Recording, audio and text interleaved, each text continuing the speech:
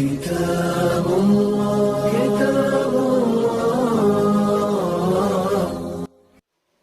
تو تذکرہ چل رہا تھا قرآن پاک کے متعلقات کا۔ کل بہت سی بنیادی باتیں میں نے ذکر کیا تھا اور ابھی کچھ بنیادی باتیں اور بتانا ہے۔ کچھ چیزوں کا اعادہ کر دیتا ہوں تاکہ دوبارہ ذہن میں آ جائے۔ میں نے بتایا تھا کہ قرآن کریم کے 5 نام ہیں۔ قرآن کریم کے 5 نام ہیں: القرآن،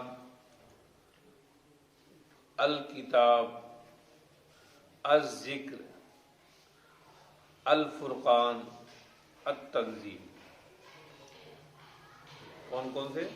القرآن، الکتاب، التنزیل، الذکر۔ ٹھیک ہے، یہ قرآن کے لیے انہی 5 الفاظ کا استعمال ہوا ہے، لیکن سب سے زیادہ خود لفظ قرآن کا استعمال ہوا ہے۔ اس کے بعد میں نے وحی کے نزول کے طریقے بتایا تھا کہ وحی کے نزول کے طریقے کتنے ہیں؟ 6 طریقے ہیں۔ کون کون سے؟ نمبر 1 سلسلۃ الجر، نمبر 2 تمثل ملک، نمبر 3 رویا صادقہ، نمبر 4 اللہ تعالیٰ کا براہ راست اپنے نبی سے خطاب کرنا جی، اور نمبر 5 فرشتے کا اپنی اصلی شکل میں آنا، نمبر 6 نفس پھر روح، نفس پھر دل میں بات آ جانا۔ اب کل میں نے سمجھایا تھا کہ وحی جو آتی ہے وحی کا لغوی معنی کیا ہے، وہ بتایا تھا۔ وحی کا لغوی معنی ہے دل میں بات ڈالنے کی۔ لہذا یہ بھی میں نے بتایا تھا کہ بسا اوقات قرآن کریم کے اندر اسی معنی میں اللہ تعالیٰ نے استعمال کیا ہے، دل میں بات ڈالنے کے لیے۔ کئی مثالیں دیا تھا۔ وَأَوْحَىٰ رَبُّكَ إِلَى النَّحْلِ أَنِ اتَّخِذِي مِنَ الْجِبَالِ بُيُوتًا وَأَوْحَيْنَا إِلَىٰ أُمِّ مُوسَىٰ أَنْ أَرْضِعِيهِ۔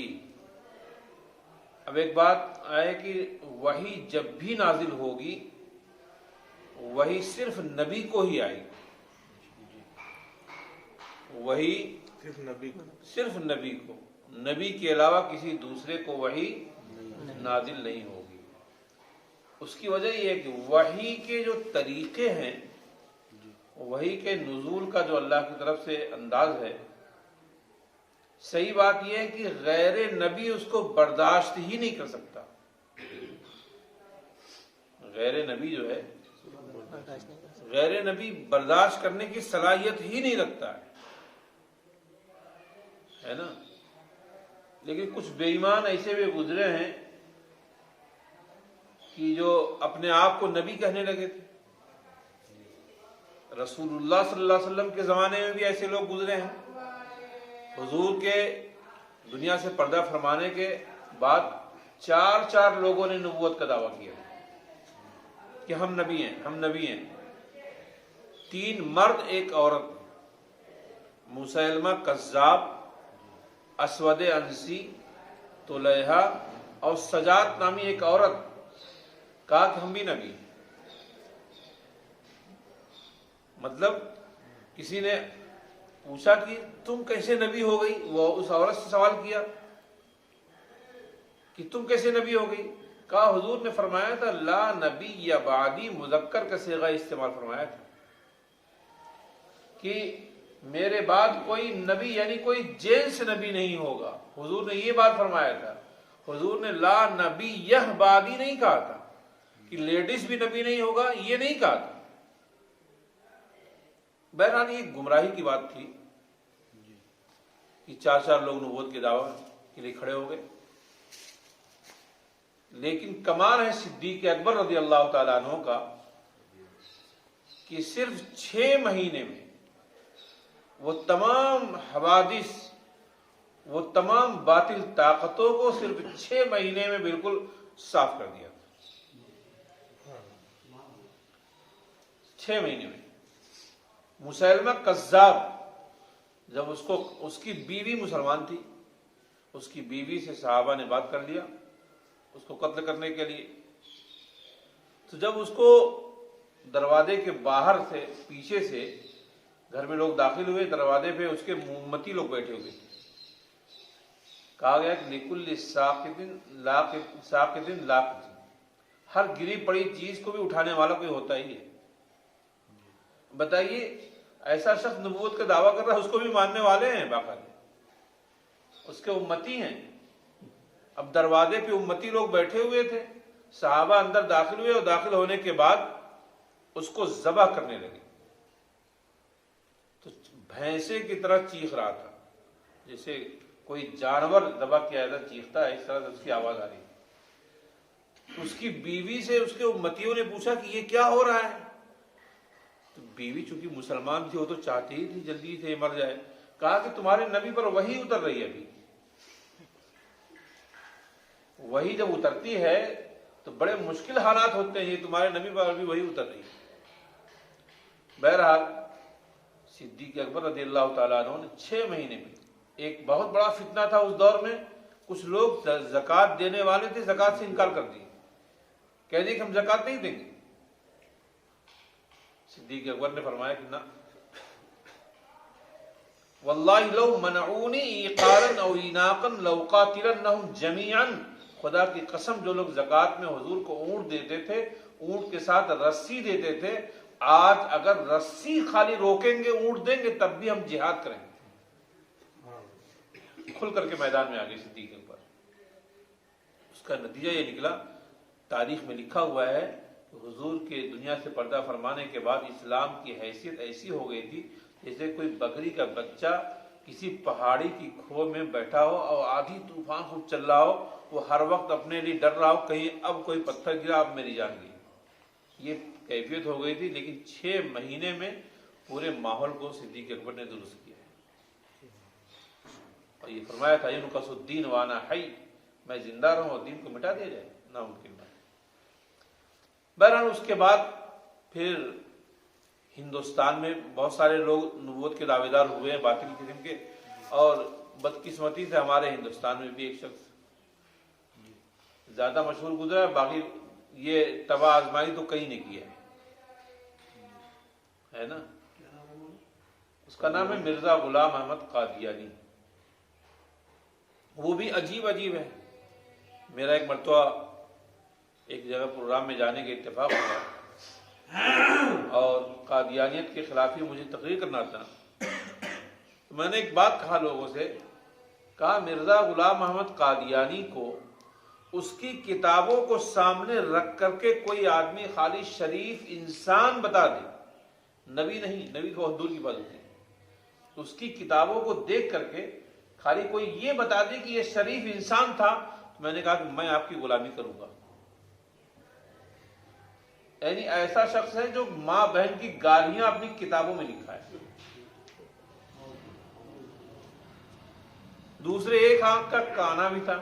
اللہ تعالیٰ کسی نبی کو دنیا کے اندر بھی جو چیزیں عطا فرماتے ہیں وہ ایک نمبر کی عطا فرماتے ہیں. جیسے رسول اللہ صلی اللہ علیہ وسلم کو اللہ نے جو حسن عطا فرمایا تھا، اسی طرح سے ہر نبی کو اللہ اس دور کے لوگوں میں سب سے ممتاز رکھتا ہے. اور ان کا عضو ہی درست نہیں، ایک آنکھ کے کانے ہیں اور نبی. دارالعلوم دیوبند سے کچھ علماء اکابر پہنچ گئے اس کے گھر کا مناظرہ کرنے کے لیے ہم آئے. اب اس کو تو معلوم ہو گیا، تو جاہل تو تھا، علم تھا ہی کتنا. جانے والوں میں مولانا قاسم صاحب تھے. مولانا قاسم صاحب کا نام ہی سن کر کے اس کو بخار آ رہا تھا. تو کسی سے پتہ لگایا یا کسی سے دیکھ لیا ہوگا کون لوگ آئے ہیں، تو کہتا ہے کہ ابھی وہی نازل ہوئی. میں آپ کو سمجھا رہا ہوں کہ وہی کی کیا شکلیں لوگ بناتے ہیں. کہا ابھی وہی نازل ہوئی ہے، یا ایھا النبیو، گھر میں رہیو، یعنی اے نبی جی گھر میں رہنا، گھر سے باہر مت جانا. کہا اس لیے ہم باہر نہیں آ پائیں گے. سید عطا اللہ شاہ بخاری بہت زبردست مناظر اور مقرر گزرے ہیں. ان کے بارے میں ہے کہ عشاء کی نماز کے بعد تقریر شروع کرتے تھے تو فجر کی نماز تک تقریر کرتے تھے. اب کوئی ایک بندہ نہ بھاگ سکتا تھا نہ کوئی سو سکتا تھا، ایسی تقریر ان کی ہوتی تھی. شاہ صاحب وہاں گئے، کہا کہ کیسے تم اپنے کو نبی کہہ رہے ہو؟ اس نے قرآن کی آیت سے استدلال کیا تھا. جب آدمی باطل ہوتا ہے تو نکالنے کا طریقہ بھی اس کا دیکھو بہت عجیب ہوتا ہے. اس نے کہا قرآن میں لکھا ہوا ہے مبشرم برسول یاتی من بعد اسمہ احمد، کہ ہم بشارت دے رہے ہیں کہ میرے بعد ایک نبی آئیں گے جن کا نام احمد ہوگا.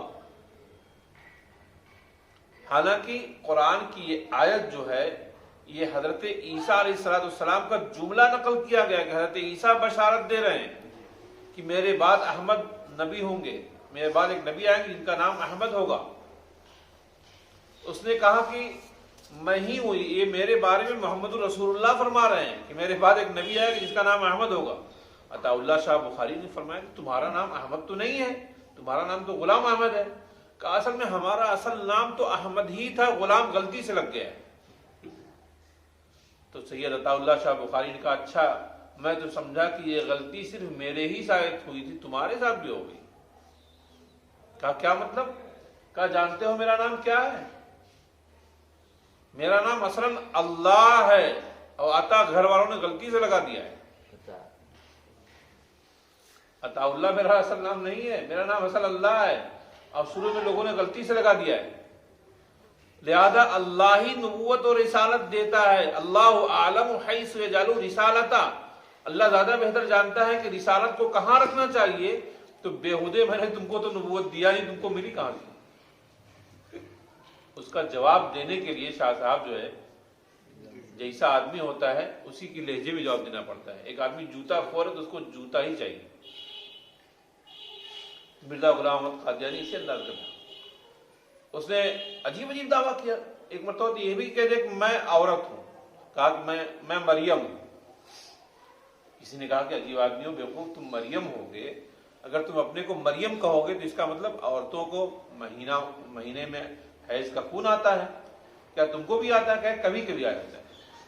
آپ اندازہ لگائیے ایسی باتیں کہنے والا اس لائق ہے کہ اس کو آدمی شریف آدمی کہہ دیں. میں کہہ رہا ہوں کہ آج اس زمانے میں اگر کوئی آپ کے محلے میں ایسی باتیں کہہ رہے گا تو آپ سمجھ جائیں گے اس کا لگتا ہے 14 طبق روشن ہو چکا ہے، اب جلدی ہی رانچی بھیجے جائیں گے.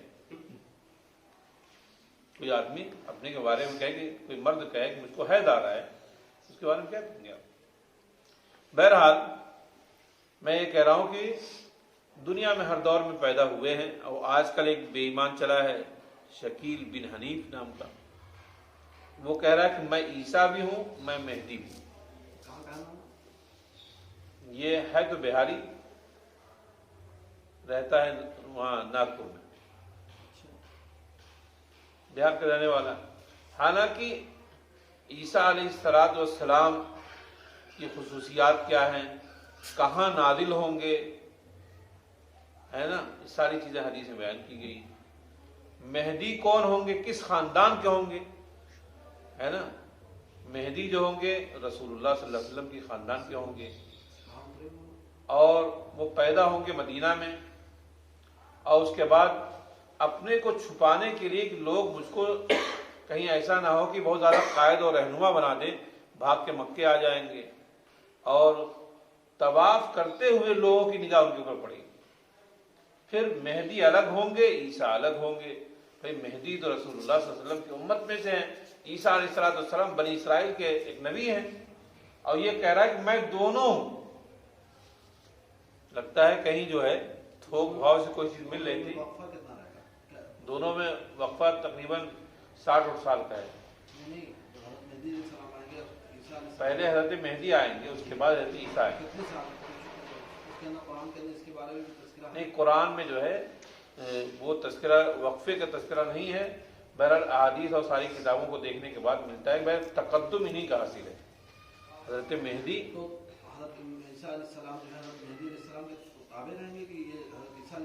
حضرت عیسیٰ علیہ السلام حضرت مہدی کی تابع ہوں گے، انہی کی امامت میں نماز پڑھیں گے۔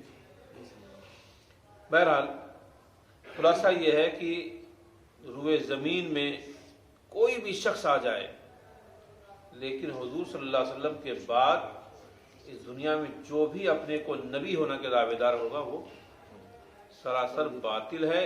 عقیدے کی ایک اہم بات میں آپ کو بتا دوں کہ اگر کوئی شخص نبوت کا دعویٰ کرے اور کوئی شخص صرف اتنا اس سے سوال کر دے کہ تم دلیل دکھاؤ کہ تم نبی ہو، فوراً وہ بھی کافر ہو جائے گا۔ صرف اتنا پوچھ دینے سے کافر ہو جائے گا، اس لیے کہ رسول اللہ صلی اللہ علیہ وسلم کے دلائل بالکل اظہر من الشمس ہیں۔ ان سارے دلائل کے بعد بھی اگر آپ کوئی دلیل تلاش کرنا چاہتے ہیں، اس کا مطلب آپ کا اعتماد نہیں ہے۔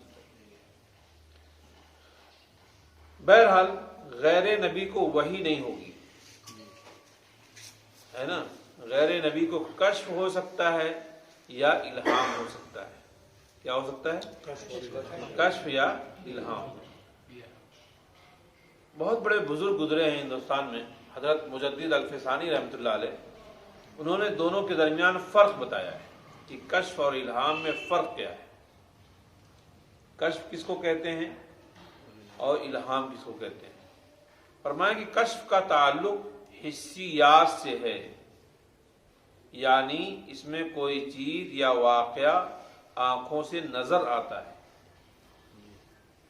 کشف کا تعلق حسیات سے ہے، جیسے مثال کے طور پہ ایک آدمی کے سامنے کشف ہو رہا ہے، جس کا مطلب کہ وہ دیکھ رہا ہے باقاعدہ۔ اور الہام کا تعلق وجدانیات سے ہے کہ کچھ دیکھتا نہیں ہے لیکن دل میں بات یہ آ جاتی ہے کہ یہی مرضی خداوندی ہے۔ اس کا تعلق کس سے ہے؟ وجدانیات سے اس کا تعلق ہے، اور کشف کا تعلق حسیات سے ہے، اور اس کا تعلق وجدانیات سے ہے۔ تو لیکن زیادہ صحیح باتیں جو ہے انسان کے لیے الہام میں زیادہ درستگی پر ہو رہتا ہے، اور الہام کی حیثیت وہی ہے جو وحی کی چھٹی قسم طریقے کے میں نے بیان کیا تھا کہ نفس فی الروع جو بیان کیا تھا، وہی شکل ہے، اس کے دل میں بات آ جاتی ہے کہ ایسا ہونا چاہیے۔ سمجھ بات آئی؟ وحی کے سلسلے میں نے بتایا تھا کہ وحی کی دو قسمیں ہیں، وحی مطلوع اور وحی غیر مطلوع۔ وحی مطلوع جو ہے اس کے اندر الفاظ اور معنی دونوں اللہ کی طرف سے ہے، یعنی قرآن کے جو الفاظ ہیں وہ الفاظ بھی اللہ کی طرف سے بتائے گئے اور معنی بھی اللہ کی طرف سے بتائیں گے۔ اسی لیے کہا گیا ہے قرآن کی جو تعریف کی گئی وَإِسْمٌ لِلنَّظْمِ وَالْمَعْنَى جَمِيعًا، کیا نا؟ وَإِسْمٌ لِلنَّظْمِ وَالْمَعْنَى جَمِيعًا، یہ نور الانوار میں لکھا ہوا ہے۔ سمجھ بات آئی؟ وَإِسْمٌ لِلنَّظْمِ والمعنى جميعا، تو قرآن اور کتاب اللہ الفاظ کا بھی نام ہے اور معنی کا بھی نام ہے، ایسا نہیں کہ صرف معنی۔ باقی وہی غیر مطلوع جو احادیث ہیں، احادیث میں صرف معنی جو ہے یہ اللہ کی طرف سے ہے، باقی رسول اللہ صلی اللہ علیہ وسلم کی زبان سے الفاظ ہیں۔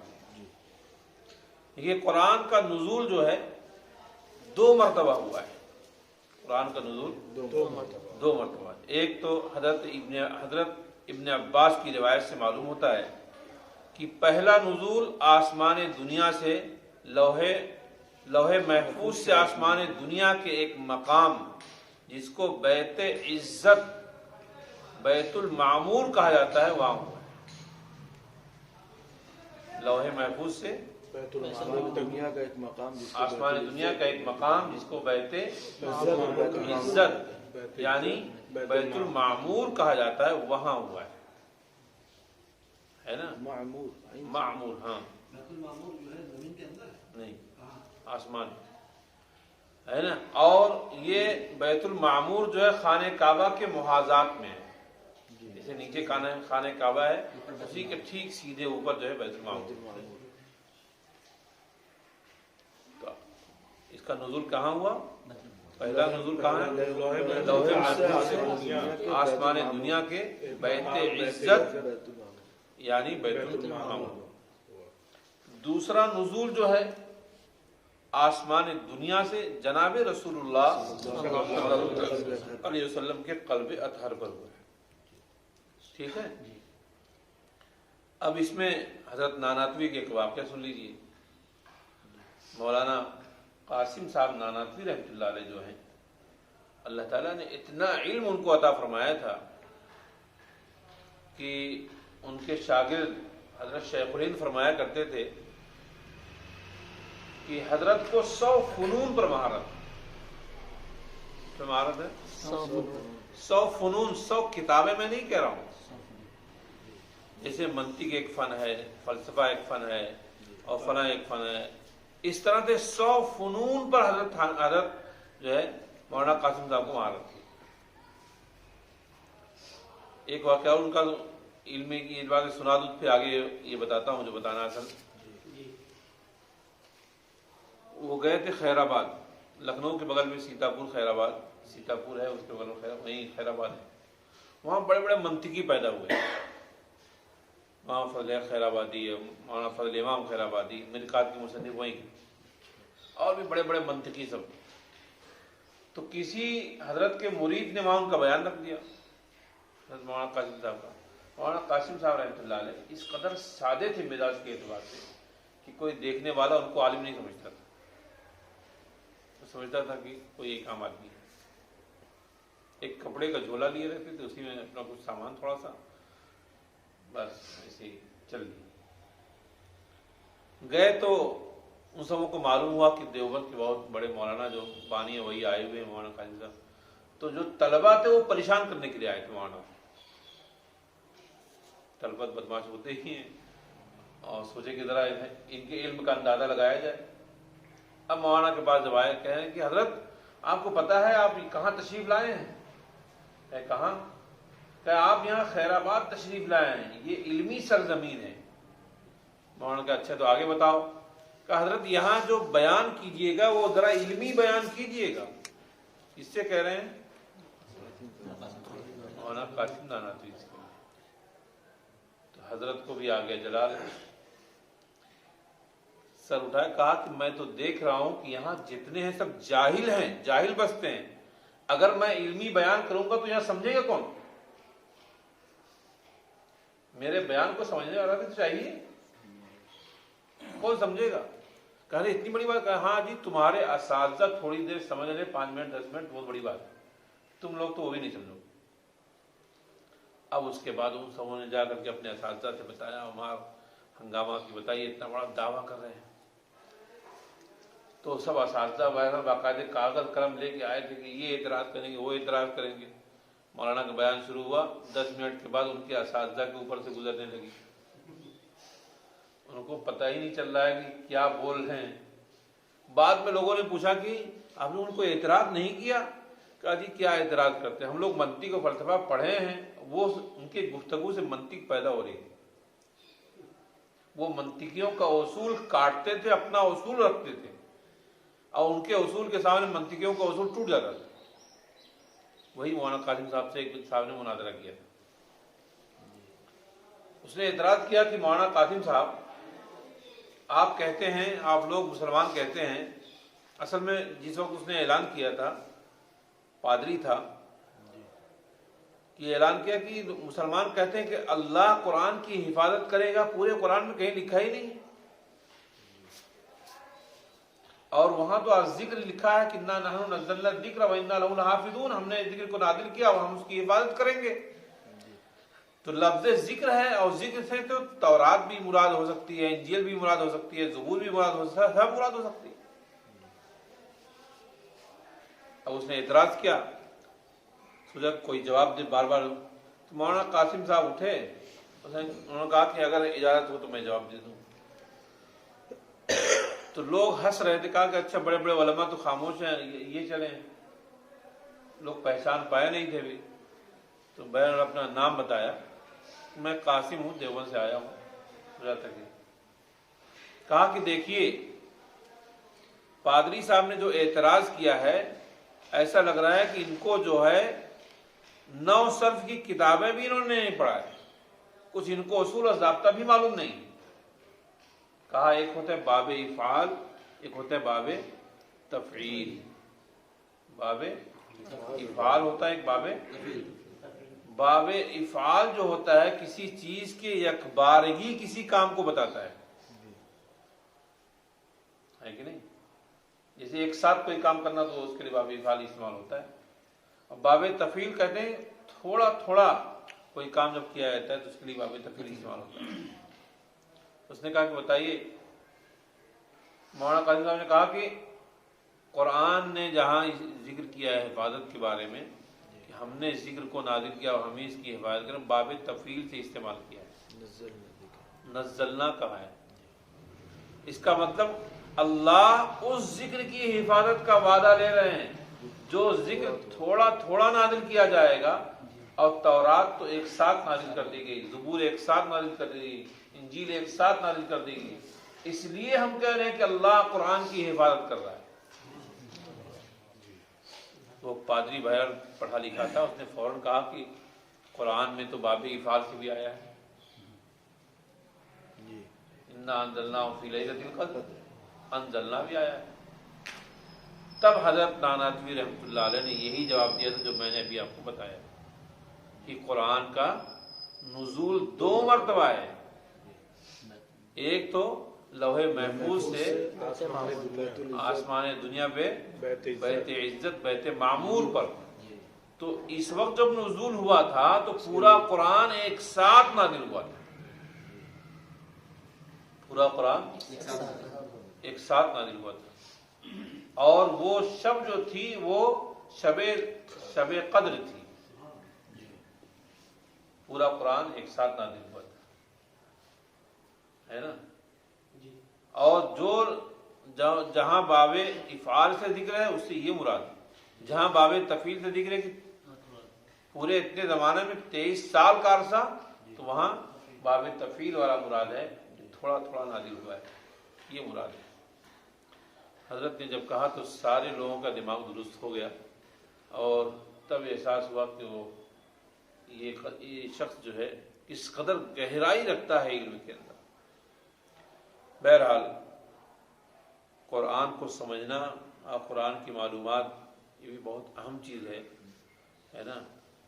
قرآن کی معلومات کی گہرائی، بڑے بڑے لوگ گزرے ہیں اور وہ قرآن کے سلسلے میں بہت خاموش رہتے تھے، ہے نا؟ کہتے تھے کہ ڈر لگتا ہے کہ ہم اس کے مضمون کو صحیح پہنچ پائیں گے کہ نہیں پہنچ پائیں گے۔ آج کے زمانے میں تو بہت افسوس ہوتا ہے کہ بہت سے جاہل لوگ ہوتے ہیں، بہت سے ہیں وہ قرآن کی تفسیر لکھنے بیٹھ گئے، مودودی ہیں قرآن کی تفسیر لکھنے بیٹھ گئے۔ پتہ چلا کہ پینٹ شرٹ پہنتے تھے اور اس کے بعد پھر وہ ویسے ہی گھومتے تھے، کہیں فارغ بھی نہیں، کہیں عالم بھی نہیں ہیں، کچھ پڑھے تاریخی معلومات ہے قرآن کی تفسیر لکھ دیں گے۔